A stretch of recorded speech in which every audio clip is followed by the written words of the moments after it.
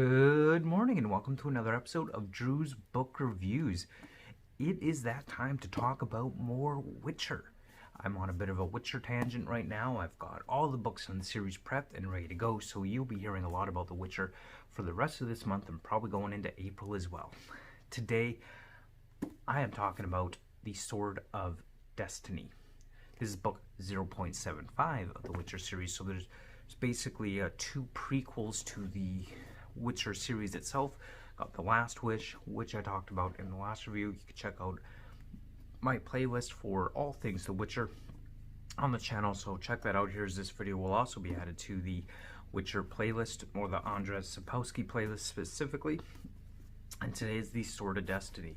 So this is all about destiny and how the Sword of Destiny itself is kind of two-edged sword, so to speak.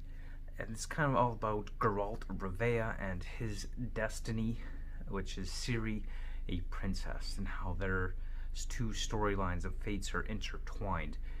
Ciri being part of this idea of the law of surprise, in which Geralt had asked in payment for his service that which you return home to find but did not expect. So the law of surprise and the Princess Ciri effectively ends up being that surprise, and thus their destinies are intertwined and interlocked into a single destiny. So this kind of goes through, again, it's kind of built like a collection of short stories, but all intermixed and intertwined into a single overall story, till eventually both The Witcher and Ciri come together in the end. So I won't say too much more lest there be spoiler alerts or anything like that. But definitely, loving the whole concept behind the whole Witcher series as a whole. The Witcher, he is a magically enhanced human, essentially. He's been warped by magic to be able to have the power to fight monsters. Here we got everything from trolls to crazy wild mermaids to dryads, and all kinds of stuff going on, and sea monsters and reptilioid fish sea creatures. It's really interesting, a fun, entertaining, high-paced, action-full read, and definitely I am really liking one aspect of this, which I find really interesting. There's this concept, or this idea within the Witcher series of books, that the Witcher is devoid of all emotion. He's not able to feel anything. He's an emotionless killing machine. Who lives by a code to determine whether he should take a job to kill monsters or not kill monsters. And that idea is constantly reinforced and repeated over and over and over again, that the Witcher has no emotions. And yet, I don't think that's actually true. I think Geralt of Rivia does have emotions.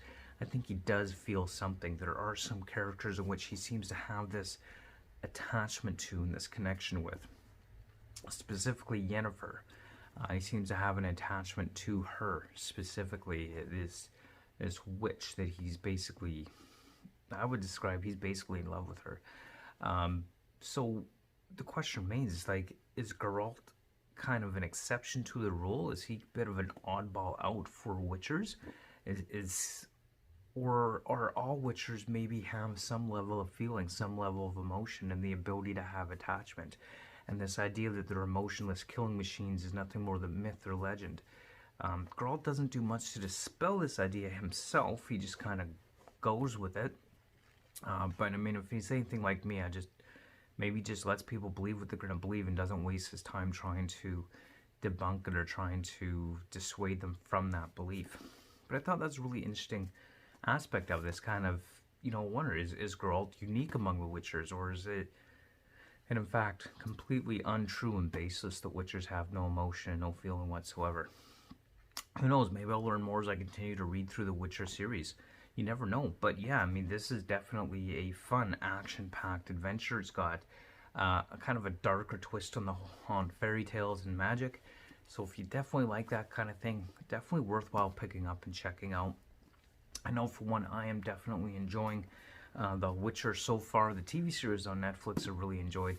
Now I am definitely enjoying the books. So definitely check it out. Andrzej Sapowski, Sword of Destiny. If you haven't read The Sword of Destiny, definitely read The Last Wish first before reading The Sword of Destiny. And definitely you want to read those two, The Last Wish, then The Sword of Destiny, before the rest of the Witcher books. So that's definitely an important aspect. And of course, the series continues on with the Blood of Vows, Time of Contempt, Baptism of Fire, so forth and so on. So stay tuned to my channel to check those titles out. And again, thanks so much for watching. If you like this kind of content, if you like hearing about books and books reviews, don't forget to like, comment, and subscribe. And we will definitely see you next time on the next episode of Drew's Book Reviews. Until then, keep on reading. Bye.